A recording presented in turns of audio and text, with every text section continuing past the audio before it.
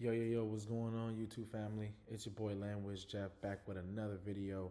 And today we're going to talk about how to identify wetlands and flood zones, okay? And why sometimes these deals are deal killers for home developers and home builders when you're trying to wholesale your land deals too.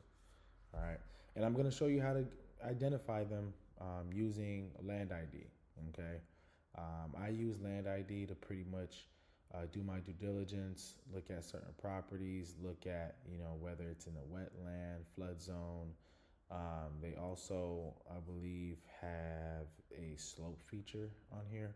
I've never used the slope feature, but this video really I want to go specifically towards wetlands and flood zones because a lot of these lots here that we do in Florida, that's usually like some of the main deal killers, that and then also endangered animals, tortoises. So usually in this business, guys, things don't always go our way.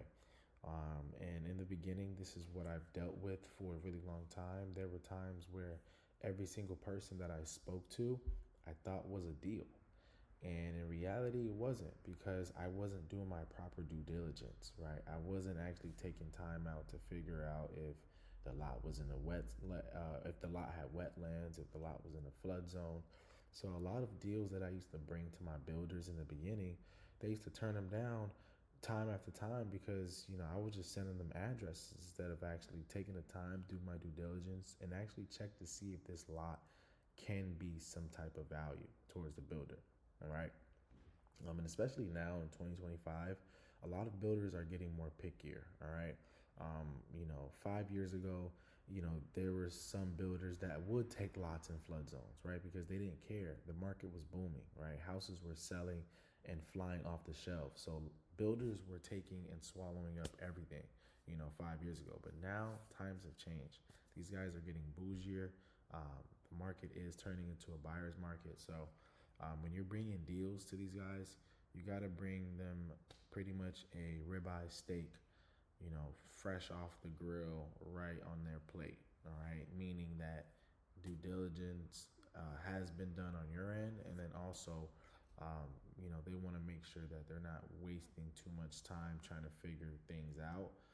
They want you to go out there, not really physically go out there, but they want you to pretty much make sure that you do the proper requirements before sending them deals. Okay, so this is what I like to do, is check for flood zones, wetlands, and things of that nature, because at the end of the day, as long as I can check for small things like that doesn't waste my builder's time or aggravates my builder, I know he will continue to give me repeated business, because I am actually going out and actually doing the work and doing the due diligence to make sure I'm able to bring him good deals.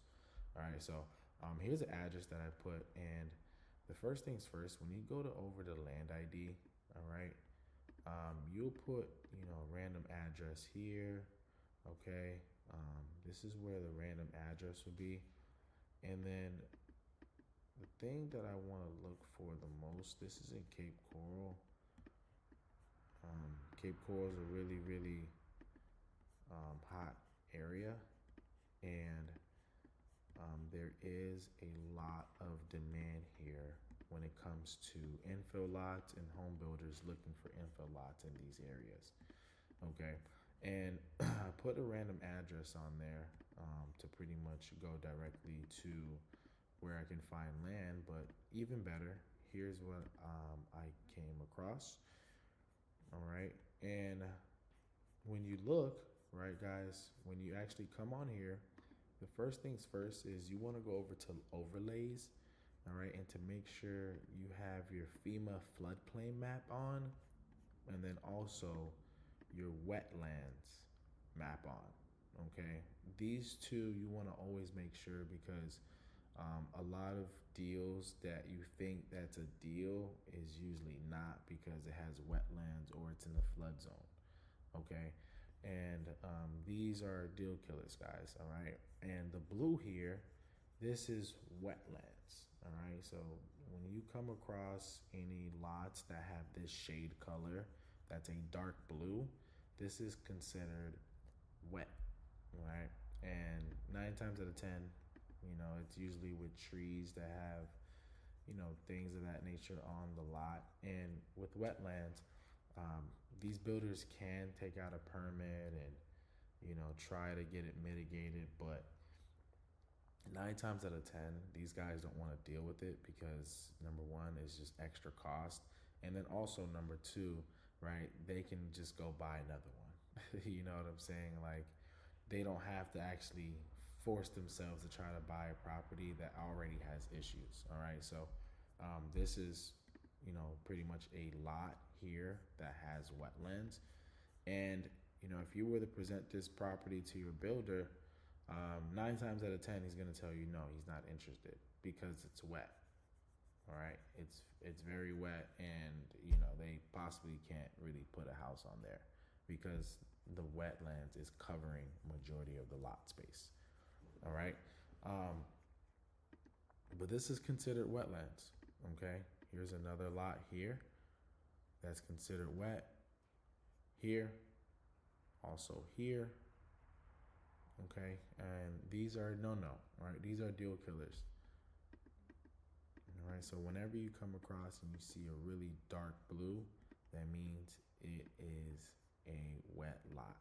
All right, now when you see this turquoise color here, that means the lot is just in a flood zone.